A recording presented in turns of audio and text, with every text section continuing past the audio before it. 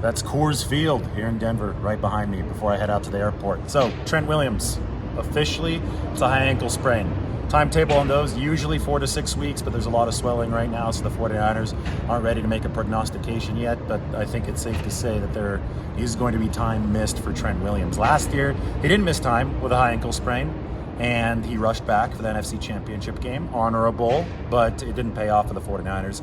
He gave up 5 pressures, was not himself. So obviously now that it's the regular season, I would expect Trent Williams to not play, heal up from this high ankle sprain, and in all likelihood, the 49ers will start Colton McKivitz in his place. McKivitz filled in Week 18 against the Rams last year for Trent Williams, who had suffered a different injury against Houston. So McKivitz, I mean, he wasn't good. He gave up 5 pressures in that game, but he was just good enough, and the 49ers will hope that he's better this year. He had a good camp. He's coming off an ankle injury of his own, not a high ankle sprain, so we'll see if that ends up panning out for the 49ers. But it's going to make it tougher for this team to find rhythm up front. They do have another reinforcement scheduled to rejoin practice this week, and that is Daniel Brunskill, who actually was a swing tackle for the 49ers in 2019 and played really well in that position. So to me, it's surprising that Shanahan currently is talking to Brunskill only as an interior lineman and not as a tackle, because I think the 49ers need to have all hands on deck given the disaster at tackle yesterday. McGlinchey wasn't good at right tackle.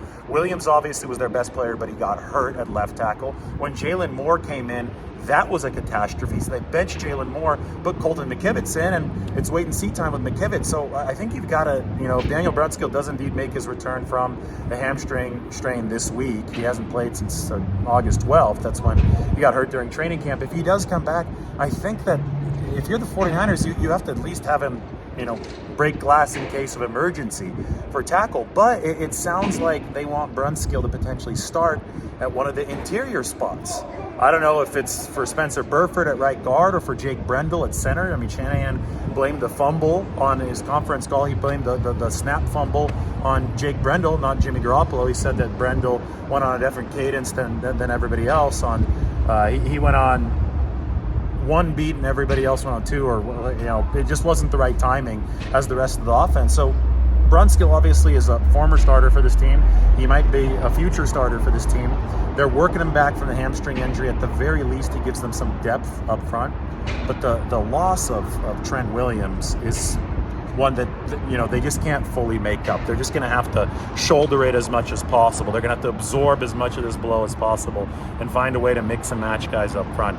I am of firm belief that Daniel Brunskill can help the 49ers at multiple positions, and they should not be closed-minded about this.